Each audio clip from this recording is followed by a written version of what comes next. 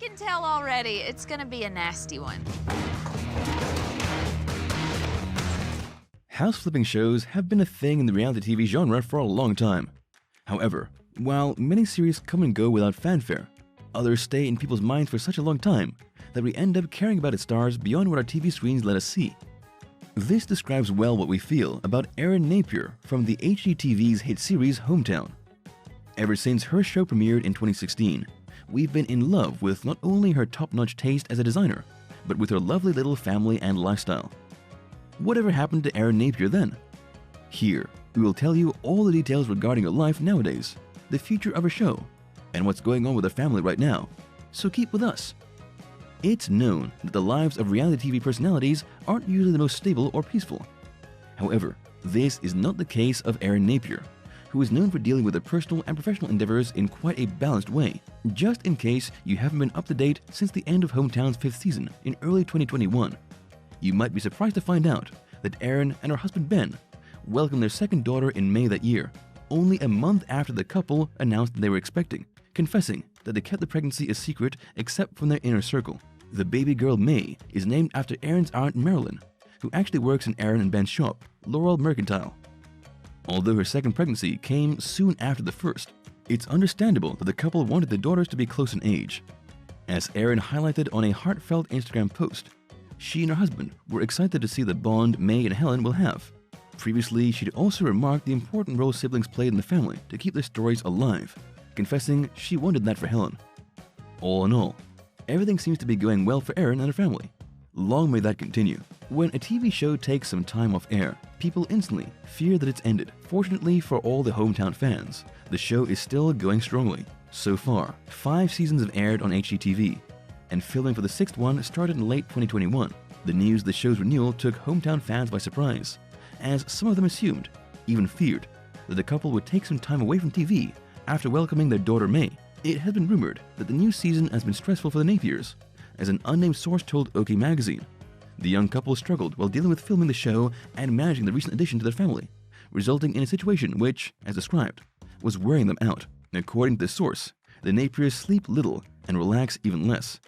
A dynamic obviously worrisome for their friends and family, but quite normal with young offspring. Allegedly, they are often asked to take some time away to rest, but the couple refuses to stop filming, so as not to disappoint their fans. While these allegations are of course unconfirmed, there's no doubt that in recent years, the Napiers have been working non-stop, not only for their show, but also for their business, as well as taking care of their home life. Will this situation affect the future of Home Town and the family? Hopefully not. The Napiers are such an adorable looking family that loving them is just necessary. The perfect family picture created by Erin, Ben, and their 2 daughters is so beautiful that it's hard to imagine a time when, until quite recently, there were only 2 of them. Those who have only followed Erin recently might not know that in the past, maternity was a topic which left her with mixed feelings. On the one hand, the desire to become a mother was always present, but conversely, it also filled her with dread. I was terrified at the whole thought of pregnancy, and childbirth just terrified me, she told People magazine. After spending a lifetime with health issues, a couple of years into a marriage, Erin was diagnosed with a perforated appendix, a condition which apparently made conceiving unlikely. In her words, knowing that biological children were out of the picture for her was hard, but it was life-changing to finally know what was wrong with her body. Leaving the possibility of adoption alive, Ben and Erin couldn't be more shocked when they found out that they were pregnant with their first daughter. Conceiving completely changed their lifestyle, but also filled them with joy, even pushing them to tone down their public life. Everyone who watches Home Town knows that Erin's insights as a designer are very important to every project. Nonetheless, seeing that her business, Laurel Mercantile, specializes in wares, goods for home and apparel, it's normal to wonder how much she influences those products aesthetically wise. For starters, it's important to point out that Laurel Mercantile isn't owned solely by Erin and Ben. Going back to the business's origins, the shop was founded in the 1900s and specialized in commercial dry goods for home and work for decades.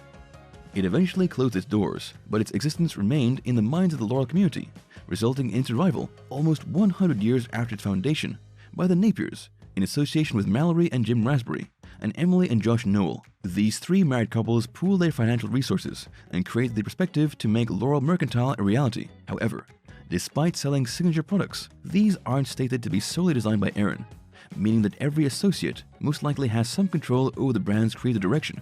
As well, the business sells items made by other typically southern brands, though these are thoughtfully curated by them. Regardless of the apparently limited control Erin might have over Laurel Mercantile, it's obvious that the brand conveys some of the aesthetics that we're used to seeing from her. Appearing in a famous TV show means that your following on social media will also grow in no time. Though when it comes to Erin Napier, her online success shouldn't be attributed only to Home Town's popularity.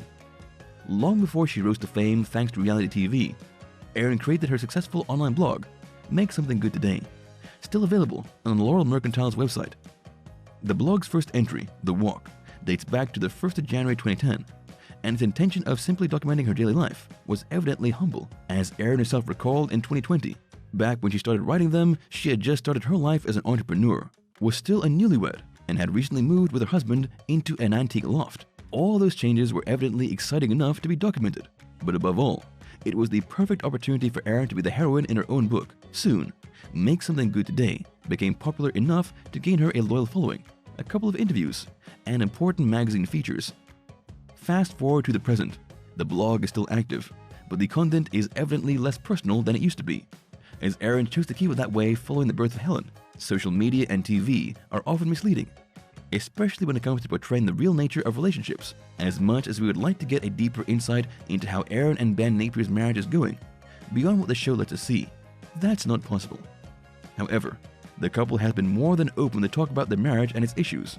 One of those times in which they were overtly sincere happened in 2017, when Erin addressed the hate email she received, which claimed that Ben's habit of touching Erin showed he treated her like an object.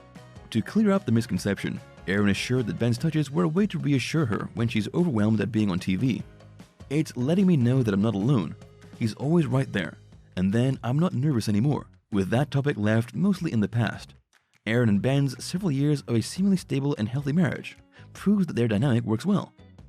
On a heartfelt Instagram post in celebration of the 12th wedding anniversary in 2020, Erin described Ben as a hardworking and doting husband, which was answered by an equally lovely post from Ben, making it impossible to doubt how deeply those two love each other. Every keen fan of Home Town knows about Ben Napier's expertise as a carpenter and ingenious wood creations. Nonetheless, it's not surprising that people wonder what he does for a living when the TV cameras aren't rolling.